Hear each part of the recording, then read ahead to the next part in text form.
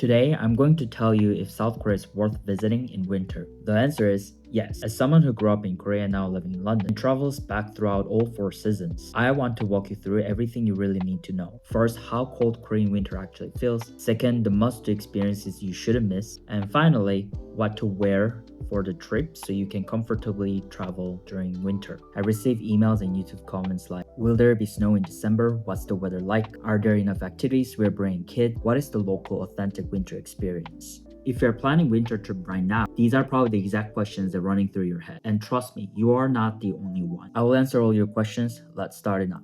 First, what is the weather like? Here's the truth. South Korea gets cold.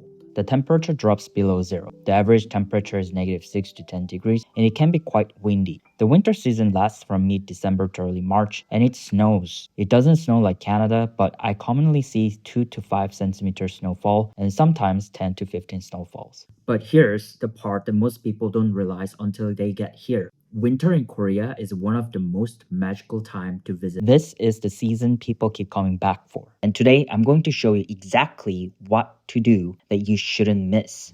Seoul is actually the perfect city to enjoy the ultimate winter wonderland. Seoul holds a winter festival. This year, from December 12th to January 4th, the city is hosting the massive 2025 Seoul Winter Festa. At Gwanghwamun, the celebration kicks off with a huge Fantasia light parade featuring international performances, Korean dance, musical galas, and a giant lighting ceremony. There's also Santa Village Christmas Market. Along Cheonggyecheon, the famous Seoul Lantern Festival returns with giant glowing sculptures and media art installation. At Seoul Plaza, the iconic outdoor ice rink opens from December 19th, complete with Christmas events, DJ nights, and a local market. DDP will also have some lighting shows.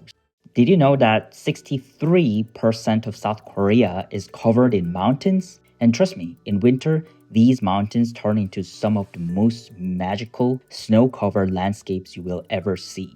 If there's one winter view you absolutely shouldn't miss, it's the breathtaking scenery of Deokyu-san. And the easiest way to experience this from Seoul, head to Muju Deokyu Resort and take the chairlift all the way up. And from there, it's a light 1.2 kilometer walk to Hanjeokbong, the highest peak of Deokyu-san. This short trail is famous for its frost-covered branches and wide open panoramic views that look straight out of a fantasy movie. But here's the catch. Getting there from Seoul takes some time. From Seoul to Deokyu National Park Resort, it takes about 5 to 6 hours, and it requires multiple public transportation transfer. For the trip to Deokyu-san Mountain, I actually suggest beginning with one night stay in nearby city of Jeonju because Jeonju is famous for its delicious food and traditional Hanok villages. Definitely worth checking out. If that feels a bit far for your schedule, don't worry. There's an incredible alternative right inside a Seoul city. Bukhansan, the closest and most iconic winter mountain in Seoul, transforms completely after snowfall. The granite peaks, the snow-covered pines, it becomes a full winter wonderland. And the best part is that you can get there in 20 to 30 minutes from central Seoul, perfect for a spontaneous winter hike. Try winter street food and stay in Hanok. Now, let's talk about the real hero of Korean winter, which is street food. Because if you're freezing, trust me, nothing warms your hands and your soul faster than Korean street food. Picture this, steaming hot dog fresh off the pan, syrup melting inside, a skewer of amok dipped in hot savory broth, and spicy chewy tteokbokki that instantly brings you back to life. And if you're really cold, a bubbling bowl of sundubu jjigae that hits you right in the heart. But let's say you want to warm up properly. Then you have to step into a traditional Korean house, a Hanok. You can even stay in one, especially around Bukchon Hanok village, which looks like a full historical drama set when it snows. Tiled roofs covered in white, narrow alleys, old wooden beams. It's honestly one of the most magical winter sites in Seoul. And here's why I especially recommend staying in a Hanok during winter. Ondol. Ondol is Korea's traditional floor heating system,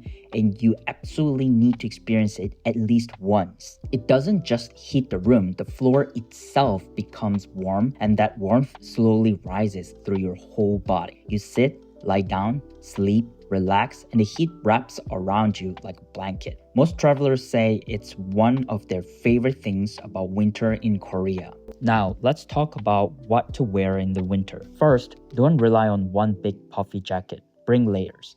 Outside is freezing, but inside buildings and trains, it gets warm fast. If you're wearing one thick sweater, you will feel overheated within minutes. Second, Koreans usually wear long padded coats, we call it the long padding, and stick to darker neutral colors in winter. Of course, wear whatever style you like, but if you prefer blending in, black and neutrals are the way to go. Lastly, wear insulated shoes. Winter streets can be snowy, wet, and slippery, and you will be walking a lot. Warm socks and good shoes make a huge difference. I hope this video helped. Don't forget to like and subscribe, and I'll see you in the next one. Until next time, safe travels.